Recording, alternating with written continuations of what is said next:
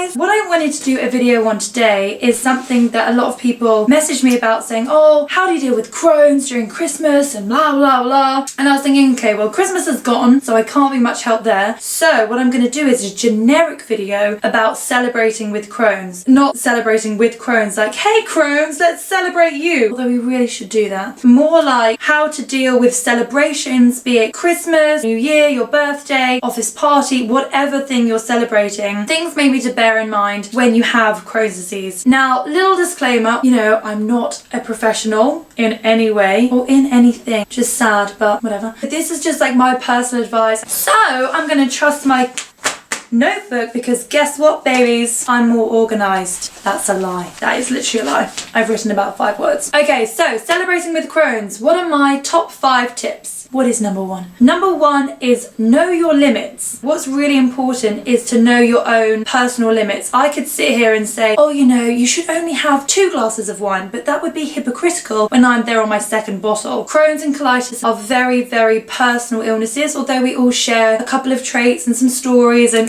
God, yeah, I had to use that toilet too. It's so different. What can work for me really doesn't work for someone else, and vice versa. So I think the most important thing is to know your own personal limits. For example, I know that I'm really bad on dairy. I mean, I've tried to cut dairy out almost completely from my diet anyway, but you know, when Christmas comes around and there's a cheese board, oh honey, I want to go in on that. But I know that it's gonna really screw me over. So I mean, I am the queen of gluttony. I can't say no. I'm very greedy. I'll maybe have a little slice of cheddar, you know, a slice of Wensleydale, and like a little spread of balsam. Delicious. But I know that that is probably the most that I'm going to be able to do, and that's fine, because I think sometimes after like a lot of, oh, I hate this disease and it's so annoying and it's so debilitating to me, actually you think, okay, no, I really love that cheese, but is it going to be worth writing off the rest of the Christmas period? Probably not. Don't feel pressured into joining in with stuff that you know is going to be so bad for you. And you know what? That's a lot easier said than done. So although you might not be able to practice it as much as you'd like to preach it, I am so there saying, oh, you know, you should be able to say no. I can't say no.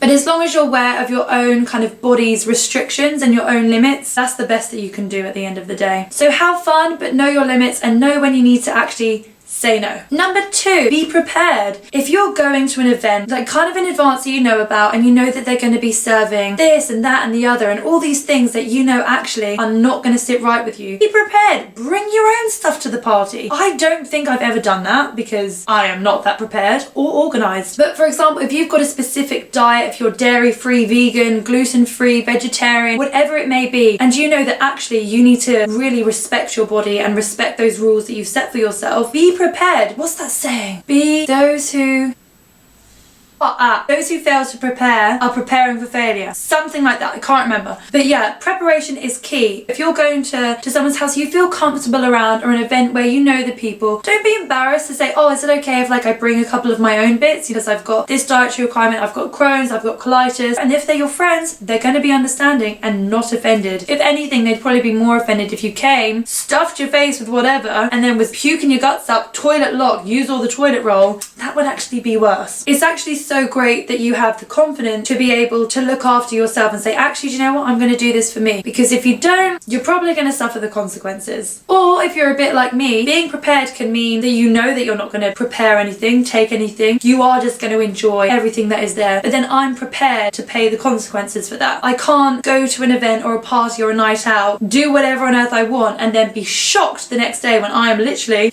lying here crying on the toilet in pain. I have to accept that if that's the life that I want to lead, of stubbornness because I can't say no to anything, then I need to prepare myself that I'm going to be a little bit unwell the next day. So the choice is yours, but preparation is key. Number 3, mind over matter. I really believe in the power of the mind and your own personal strength and energies and all of that kind of stuff. But what I find really interesting is kind of convincing yourself, not that you're okay, but that you're better with things than you might think you are. And I don't mean hiding from your illness. For example, over the last 3 months, I've decided to become vegetarian. But that doesn't mean that I wouldn't still enjoy a sausage roll, for example. However, am I going to have the sausage roll? No, I'm going to be strong. I'm going to say, I know that's not good for me. I know that's actually going to mess my stomach up. So instead, I seek enjoyment through other people doing things. Think, actually, I don't need to eat that. I know it's bloody delicious. I know that I would probably enjoy it, but do I need to scoff it in my mouth and then feel terrible afterwards? No, I don't. And also mind over matter. better in being okay with what you can and can't do. There's no point going to a party or an event and sitting there sulking like the Grinch in the corner saying, oh, this is terrible. Oh, I hate everyone, hate everything. This is not for me. Instead, go and enjoy yourself anyway. It's sad to think that, okay, you've got an inflammatory bowel disease. That's shitty enough as it is. You don't want to then carry around that negative burden of what it's doing to you around with you in all these events. The power of the mind is really strong, and that goes for willpower. I haven't quite taught myself yet. Positivity, all of that stuff, all which can be applied. So if you're out with people, out at an event, go there, be positive, test your willpower, test your strength, test your positive mental attitude in the situation that you're in, because you will probably reap the benefits from that. Number 4, don't stress. Stress for me is a real big trigger of a flare up, you know, having my body all anxious and whatever just goes to pot for me. It means that I suffer a lot, tired enough as it is, without having all these extra stresses on top of myself. One of the big things, if you're going to an event or a social thing or a party, you're meant to be there to enjoy yourself. So allow yourself, if you can, to enjoy yourself to the best of your ability. What's the point in going to these events if you're really not going to be there to have a good time? In fact, getting yourself worked up and stressed over these things is probably doing you as much damage as it would if you downed a whole bottle of wine. Not entirely true, but you get the metaphor. And you know what? If it's going to cause you so much stress to partake in the occasion that you're going to, don't go. If you think actually it's really not going to be good for me because I'm either going to eat the wrong thing or drink the wrong thing or stay up too late or exhaust myself or use all my energy, don't put yourself through it. It is okay to say no, and I think a lot of people really struggle with always being a yes person and FOMO, words that I don't understand, but actually it is okay to say no. If it's going to cause you more stress to go than not to go, don't go. But similarly, if you decide that you are going to go and enjoy it to the best of your ability. Be prepared, know your limits, have a good mental attitude. That's all you can ask for, right? And last but not least is number 5, learn as you go. Crohn's is a really weird, difficult to understand illness that throw you off balance all the time. So you could be the most prepared, organized, positive, motivated, stress-free person going to all these lovely events. You know, you don't know what's going to happen. You could still have a flare-up. You could still react really badly to something. You could still be knocked sideways the next day. The most important thing is learn as you go. Nobody is perfect, and what might work one time might not work another time. I think it's really good to stay open-minded and naive to learning. You know, you don't know everything about your body, unfortunately, and I don't know everything or even anything about this disease, and so I personally don't pigeonhole myself into right and wrong all the time. I think it's very important with any kind of inflammatory bowel disease to be flexible and to allow yourself to kind of say, okay, that didn't work for me that time, so what can I do differently next time? And it's, you know, it is draining to be constantly absorbing new information and to be learning, to not ever quite know the right answer, but unfortunately there is no right and no wrong answer. So yeah, summary of the video is celebrating with Crohn's. You can